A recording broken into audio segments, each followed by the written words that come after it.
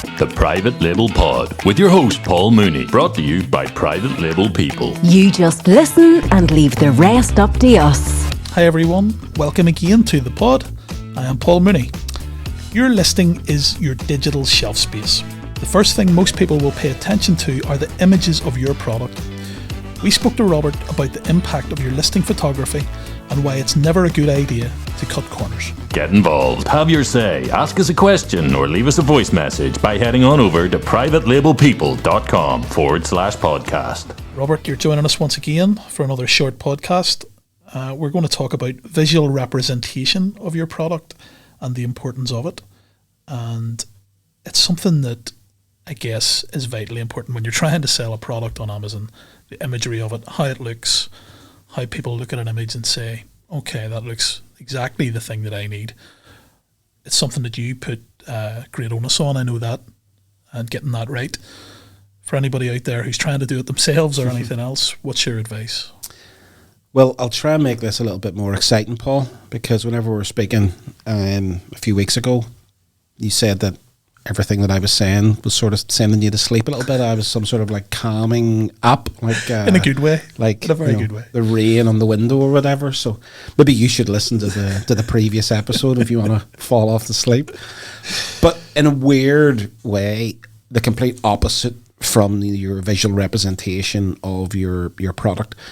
It weirdly in a way, I wouldn't say should excite the consumer, but should at the very least draw their attention. Because that's what we're trying to do.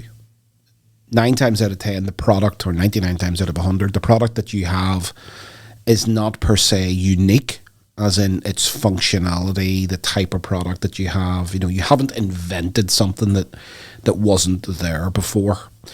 So there is highly likely to be some form of competition in the market, and we always talk about going into marketplaces which have less competition, less noise. It would be easier to stand out, but you shouldn't take that as a green light not to try to stand out. You know, kind of go, oh, well, there's not many other bits of competition. There's not many other sellers. I'll just do whatever and that'll be okay. No, at that point, we've got a real opportunity to stand out, and that should come not just from the visuals, although they're the most important, but also in terms of the listing as a whole. So not that I'm going to talk about titles and bullets today, but that's part of it. But certainly the visuals with regards to your images that you have, any A+ brand content that we always recommend. And there are some advanced pieces that you can look at, but it is very important, Paul, as you say. Yeah, and it's something that if you're a private label member, private label people member, we offer as a service. Is that right? Yeah, and the way the private label people did it was they included the imagery, amongst other things, in any product that you would purchase from them. And the way that they looked at it, they said that it was so important that it would not benefit them nor the person, the seller, who was buying that product to, as you said, you know, go off with their iPhone or their mobile and start snapping up some images.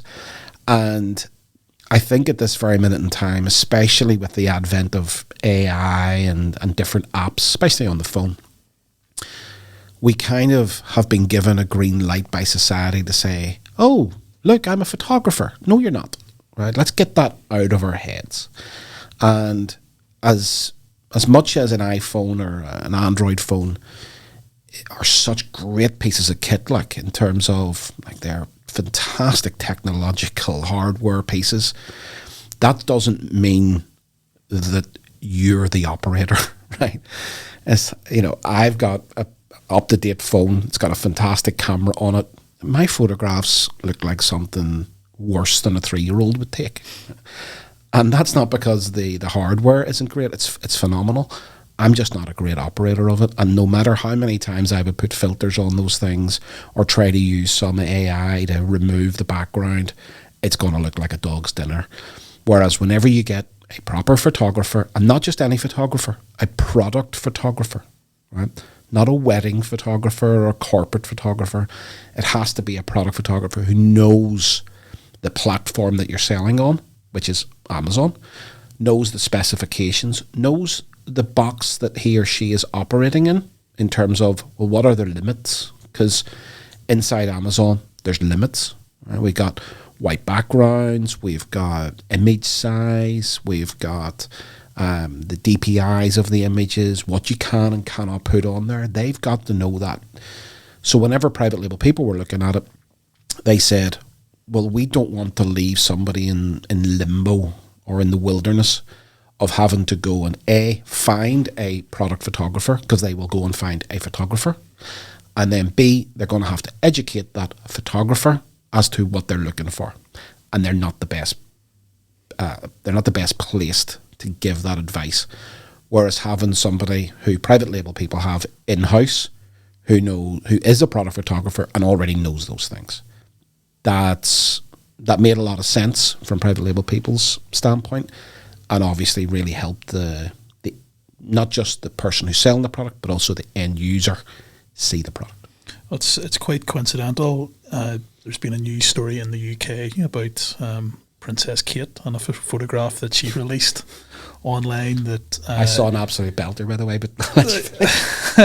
Yeah, well, just to say that she probably...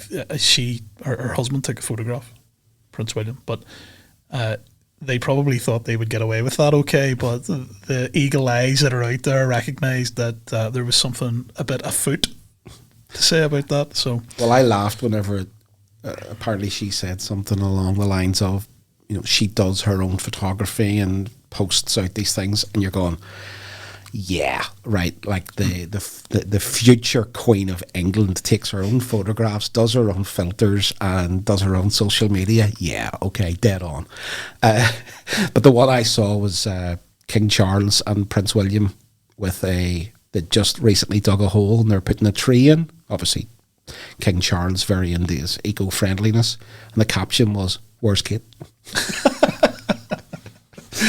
Yeah, well, she could have got photoshopped in there, couldn't she? God love her. But yeah, no, look, as always, private label people have the means to an end. We have the answers here. So I think whenever we talk about images and different things, they're so important to that listing.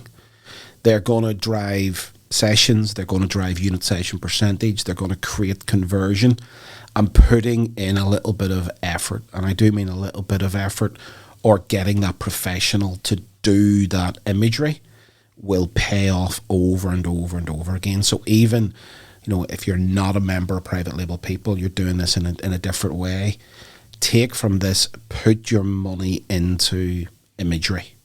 Put your money into photography, because it's also a one-time deal, Paul. Like, you don't have to reshoot and reshoot and reshoot. You're not doing it every 6 months.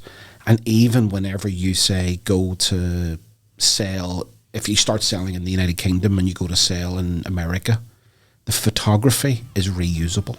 If you go to then sell in Canada, it's reusable. If you go to sell in Germany, the photography itself is reusable.